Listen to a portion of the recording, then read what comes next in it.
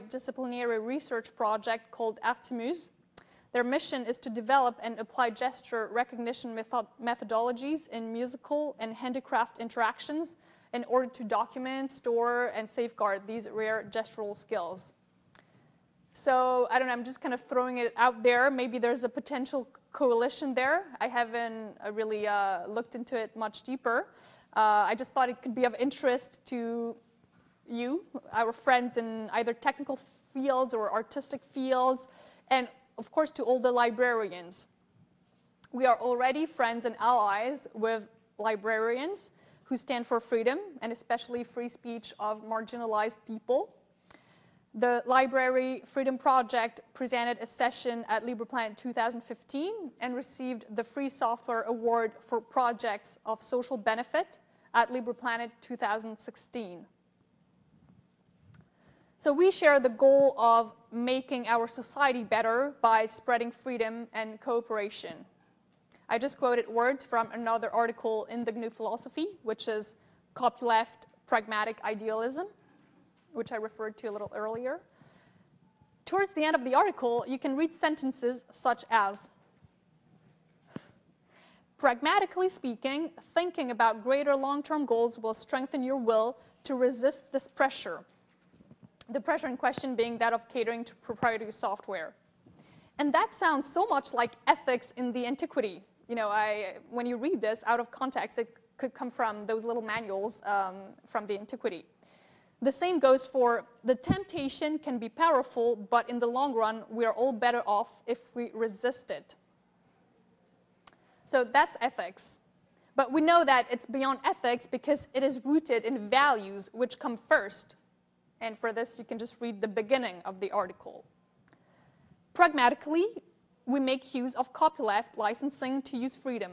And I'll refer you to Brad's talk a little earlier. Likewise, in the 19th century, the transcendentalists worked for freedom not only with their intellectual debates, but by active participation in social movements, notably abolitionism and feminism. So I read Self-Reliance, the essay by Walter Emerson, 1803-1882, who started the Transcendental Club near here, so that's why I'm bringing this up with a couple other New England intellectuals. And maybe you know of Self-Reliance and Emerson in the context of American libertarian ideas. I have not prepared a formal paragraph about this, but I'm happy to talk about it during the Q&A. Yeah, to be honest, I didn't find it as powerful and hopeful as it was presented to me initially. But anyway, Emerson promotes independence, autonomy, self-trust, exploration. So mostly I found it very comforting for people like us, I mean, at least like me, like hackers who tend to feel different more often than not. For example, there's this quote, you know, whoso would be a man must be a nonconformist. Anyway, the goal of the transcendentalist is to become fully human, a goal that we have not achieved yet. So it is a humanism. It's an individualistic one. And how do we form a community? As we know, as we have learned from Rousseau, we need a social contract. And to have a social contract, we need empathy in the first place. It's not enough to have something technical that works well. It's not about technicality. You might think that empathy is not exactly in line with individualist anarchism or the thought of Emerson that I just mentioned, but I think it's actually far from incompatible. By becoming fully human and fully yourself, you reach something that is universal, that all humans have in common. And really, I don't know if you've noticed, but all spirituality is like that. It looks contradictory at first, or counterintuitive, but that's it. In yet another article of the GNU Philosophy, which is titled Free Software is Even More Important Now, Richard Stallman explains how unacceptable it is to mistreat the users, to control them, to deprive them of their freedom. I'll quote, "Freedom includes the freedom to cooperate with others. Denying people that freedom means keeping them divided, which is the start of a scheme to oppress them," unquote. And this is very existential, almost Sartrean, as Véronique Bonnet points out. What's very existentialist is what I'm going to say now, not what I just quoted before. Life without freedom is oppression, and that applies to computing as well as every other activity in our lives. Existentialism is a humanism developed in the 20th century. Again, I have not read Jean-Paul Sartre myself. I wanted to say the dates before. Jean-Paul Sartre, 1905, 1980. So I will not elaborate. Briefly, existentialism posits that we are always responsible. So actually, we're always free. And I find that the free software movement embodies this so very well, because we're always responsible to resist, say, catering to proprietary software. We can always choose freedom. We can always choose free software for our computing life. I'm getting to the end. A little earlier, I uttered the word anarchism.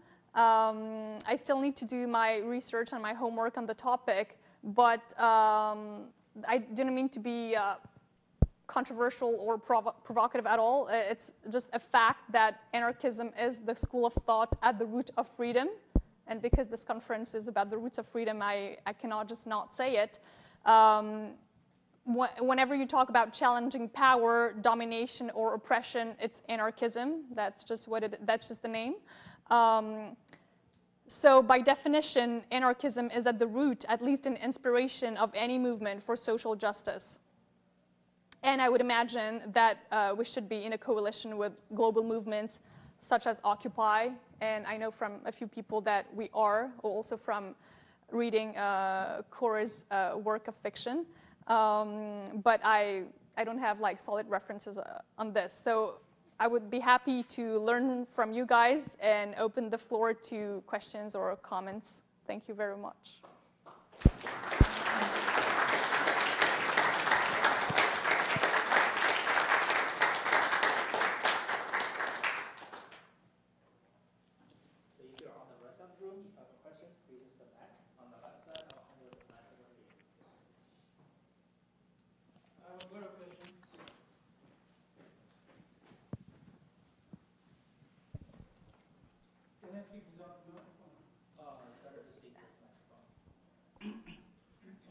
My question is on morality.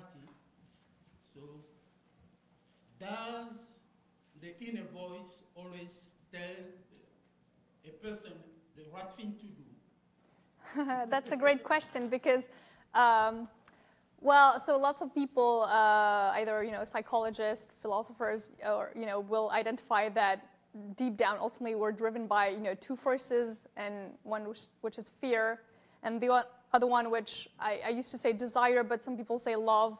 But anyway, one is negative, the other one is positive. And indeed, I think that when you're dominated by fear, which is very often, as an individual or collectively, the inner voice will be coming from a place of fear and will not be good in the moral sense.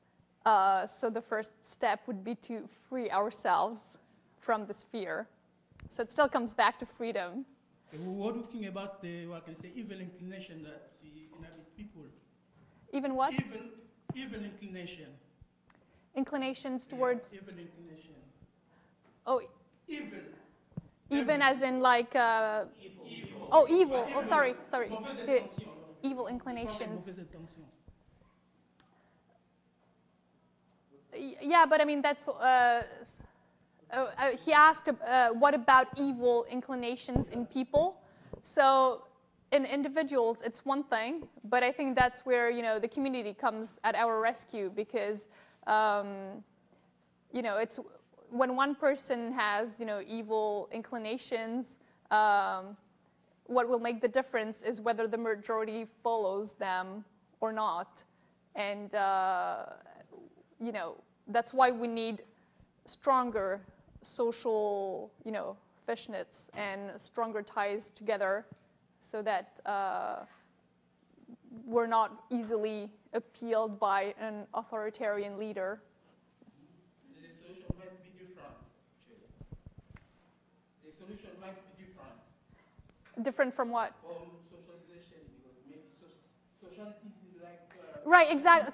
So, yeah, absolutely. Yes, and that's what Emerson says. Actually, Emerson thinks that to find your real humanhood, let's say, you should prefer solitude, because and only when you're kind of mature, I guess, about it, can you socialize, because the other people will kind of sway you around and will not help you get to the root of your. Well, ultimately, it's still the question, so what it is to be fully human. And, but yeah, I haven't even read that much of the Transcendentalists. I mean, of course, I am familiar with the quotes by Thoreau, but I haven't read the full-length books. But yeah, that ultimately we need both, I guess. But, Hello. This is a follow-up to your commentary on anarchism. Mm-hmm. If you or anyone else are interested in further reading, on Debian systems, there is a package for that. Yes. Yeah. Right. Yes. apt-get install. Yeah. apt-get install anarchism, and Yeah. it is very interesting reading for train rides.